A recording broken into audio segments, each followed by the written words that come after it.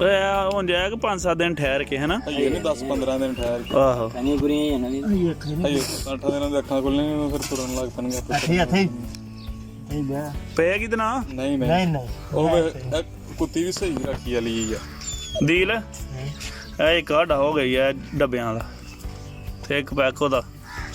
ਕੁੱਤੀਆਂ ਕਿੰਨੀਆਂ ਨਹੀਂ ਕੁੱਤੀ ਕੋਈ ਵੀ ਨਹੀਂ ਸਰ ਬਸ ਸਹੀ ਹੈ ਪੰਜੇ ਹੀ ਕੁੱਤੇ ਕੁੱਤੀ ਹੁਣ ਬਾਹਰ ਨਿਕਲੇਗੀ ਪੈਂਦੀ ਨਹੀਂ ਮੈਂ ਸਾਈਡ ਤੋਂ ਸਾਨੂੰ ਨਹੀਂ ਪੈਂਦੀ ਹੋਰ ਖੇਤ ਪੈ ਜਾਂਦੀ ਆ ਕੋਈ ਹੋਰ ਤੇ ਨਹੀਂ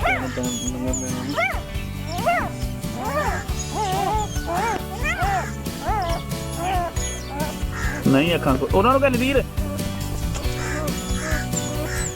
ਓਏ ਹੋਏ ਹੋਏ ਹੋਏ ਆਈਓ ਚਲ ਠੀਕ ਹੈ ਜ਼ਬਰਦਸਤ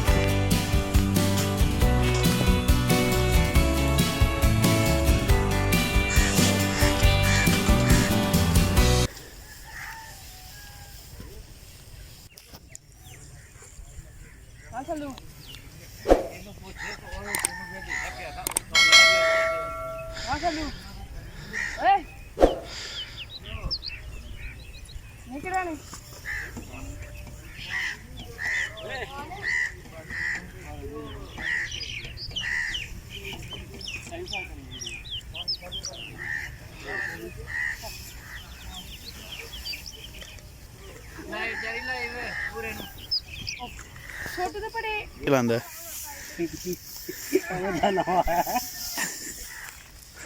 ਦਾਨੇ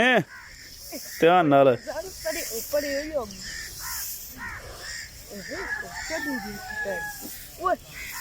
ਉਰੇ ਕਰ ਨਹੀਂ ਮੈਂ ਦੇ ਕੀ ਉਹ ਆਏ ਨਹੀਂ ਤੇ ਹਾਂ ਮਸ਼ੀਨ ਉਹ ਵੇਖਾਂ ਉਹ ਆਪੇ ਕਹਿੰਦੇ ਫਿਰ ਮੌਸਮ ਵੇਖ ਕੇ ਫਿਰ ਓਏ ਨਾਲੇ ਹੁਣ ਥੋੜੀ ਲੱਭ ਗਈ ਉਹਨਾਂ ਨੂੰ ਥੋੜੀ ਬਥੇਰੀ ਉਹਨਾਂ ਵਾਸਤੇ ਹੁਣ 2-4 ਦਿਨ ਉਹ ਆਪੇ ਮੈਨੂੰ ਕਹਿੰਦਾ ਸੀ ਵੀ ਮਾਈ ਕਹਿੰਦਾ ਬਈ ਥੋੜੀ ਆ ਗਈ ਘਰ 2-3 ਡੰਗ ਉਹ ਪਾਉਂਦੇ ਆ ਮੌਸਮ ਸਾਫ਼ ਹੁੰਦਾ ਤੇ ਫਿਰ ਆਈਏ 2 ਦਿਨ ਬਾਅਦ ਦੱਸੀ ਦੀ